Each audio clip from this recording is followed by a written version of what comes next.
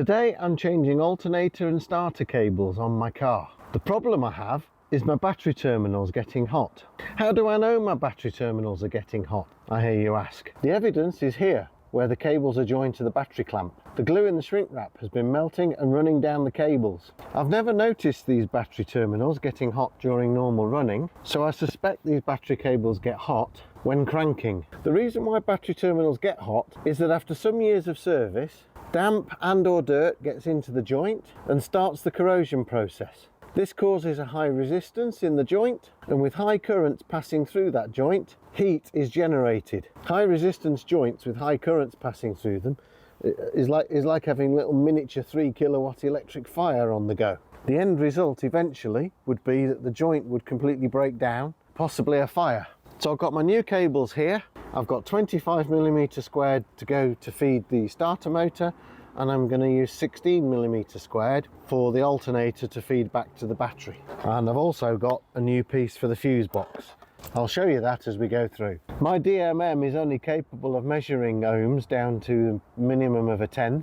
From the fuse box to that joint there should be a fraction of a milliohm, but my meter is measuring 2 ohms. If you've got 30 to 35 amps passing through a 2 ohm high resistance joint, you're generating quite a bit of heat there. This Saab is also exhibiting some quite poor engineering practice in this region. The main cable that supplies the battery from the alternator is down the side between the battery and the fuse box here, but that cable has 2 problems really. One, you can see from this clamp that there's only one cable heading down to the front of the engine. That means there's only one cable that's connected to both the starter and the alternator. Also, that cable is definitely only 10mm squared. The cable I'm going to replace it with to the alternator is 16 and to the starter is 25. Given that that cable carries both the starter currents and the charge and interior feed currents, it's no wonder that this joint gets hot. And another engineering failing here, the main feed into the fuse box is from this point here, a separate cable. That means that this cable is always carrying the full interior load for all your accessories. So if you've got your seat heaters on and your heated rear screen, your wipers running and your lights on because it's dark and raining, that 40 to 50 amp load is being carried by that cable at all times. It's also being carried by this 10mm cable at all times and this joint at all times. So as soon as any problem starts to set in with dirt and corrosion or any high resistance, the problem quickly gets worse. Now the eagle-eared amongst you might have realised that I said I was going to be replacing the alternator cable with 16 and the starter cable with 25, which means I'm putting separate cables into the starter and the alternator, whereas the car originally only had one, which I think should make a significant improvement in reliability. But I'll show you that as we go through. I'm also going to rewire where the connection points are. Something else I'll show you.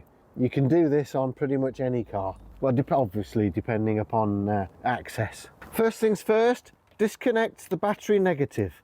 Always disconnect battery negative first.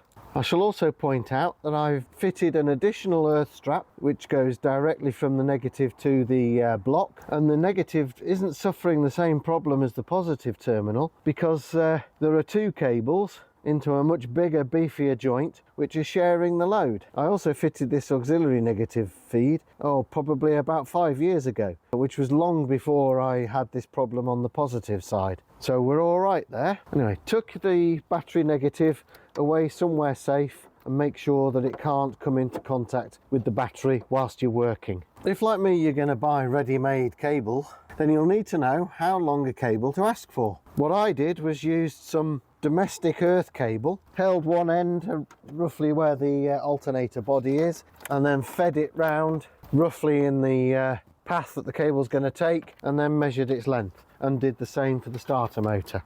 But do be a little generous with your measurements. The last thing you want is to end up with a cable that's perhaps cost you 10 or 15 pounds, and then you end up being 2 inches short of getting it to the terminal. You can always tuck the excess in various places as you go. Once you've disconnected your battery, you'll need to clear access to the alternator and the starter motor. Now luckily on this engine, the alternator and the starter motor are just about a foot apart on the front of the engine. depending on what car you've got and what engine it has, the alternator and starter motor could be on opposite sides. I've cleared away the engine cover, the air charge pipe, and disconnected a few other hoses and bits and pieces as well, just to give myself hand access to the back side of the alternator and the top of the starter motor solenoid, which you can see down here from this view from the front. And if I zoom in a little, you can actually see the nut that holds the main cable to the back of the alternator and the nut that holds the main cable to the back of the starter solenoid. The connections may be different, but in my case they are both 13mm nuts. So now that I've disconnected the battery, I can get onto that alternator nut. I suggest you just slacken it off far enough until you can then do the rest by hand, so that you don't lose the nut down in the depths. Rather than disconnecting the original cables, I'm going to piggyback the new ones with the originals. Because there's some resistance in the originals, then what will happen is that the new cables will take most of the load, but the originals will still be there just to help a little. If you can manage to get in with a small wire brush, then give your terminals a bit of a clean up with a wire brush, and that will help the connection. No need to go mad, just give it a little bit of a clean. I'm starting with my alternator, so I've fed the cable in over the fan cowl here into the back of my alternator, and I'm piggybacking an 8mm terminal onto the power post and then put the nut back on. Again, don't go mad with tightening it up, because what you don't want to do is snap that post off the back of your alternator. If you're going to be putting two terminals onto the same post, then try and fit them like that, so that they nest up to each other, or nest one on top of the other at 90 degrees. Try not to fit them like this. And repeat the process for your starter motor.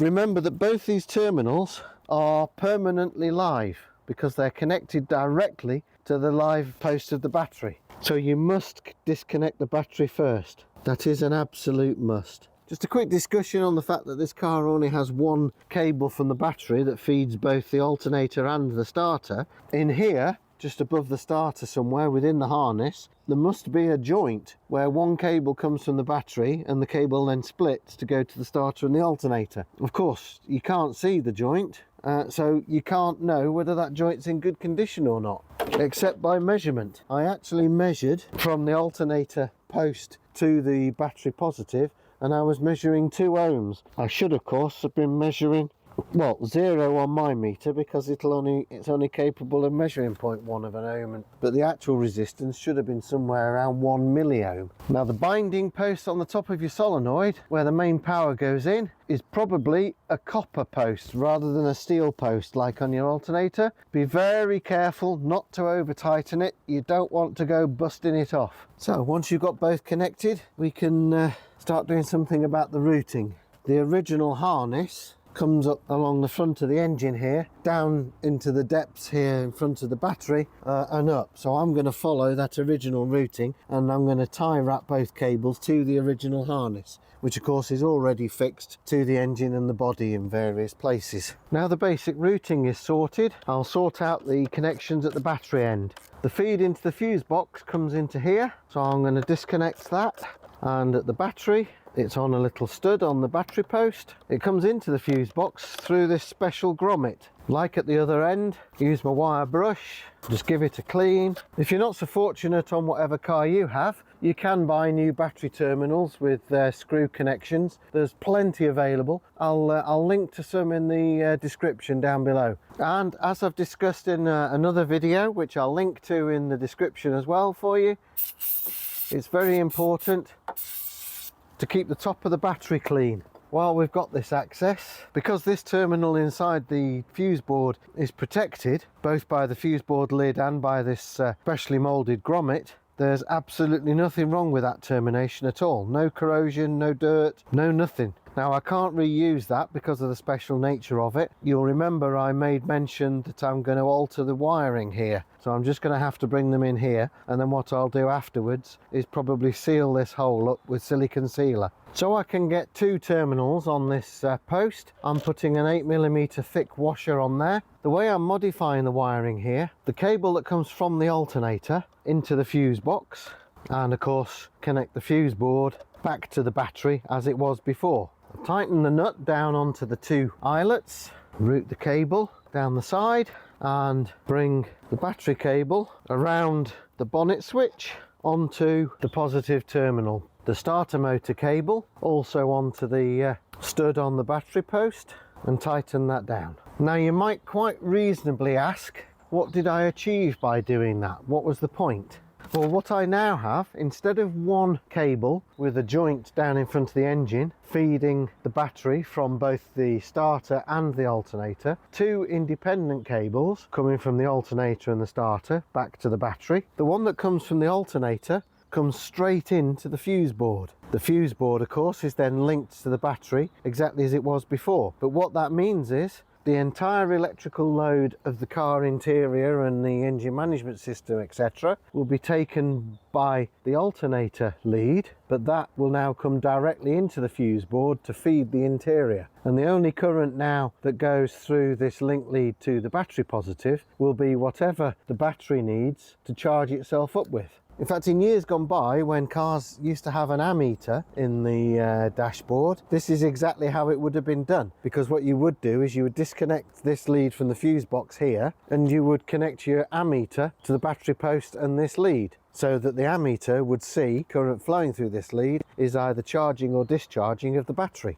And of course, all the power for the starter goes through this cable connected directly to the battery terminal. A much better engineering solution than what was there in the first place. Don't forget to clean your battery posts and the inside of your battery clamps with your wire brush or a terminal and post cleaner. I'll put a link in the description. They're well worth having. And connect up the negative. Always reconnect the negative last. Disconnect first, reconnect last. Well, that started a whole load easier. Not only that, I'm measuring a better voltage at the battery when charging as well. So those high resistance joints might actually explain why my battery has been discharging lately.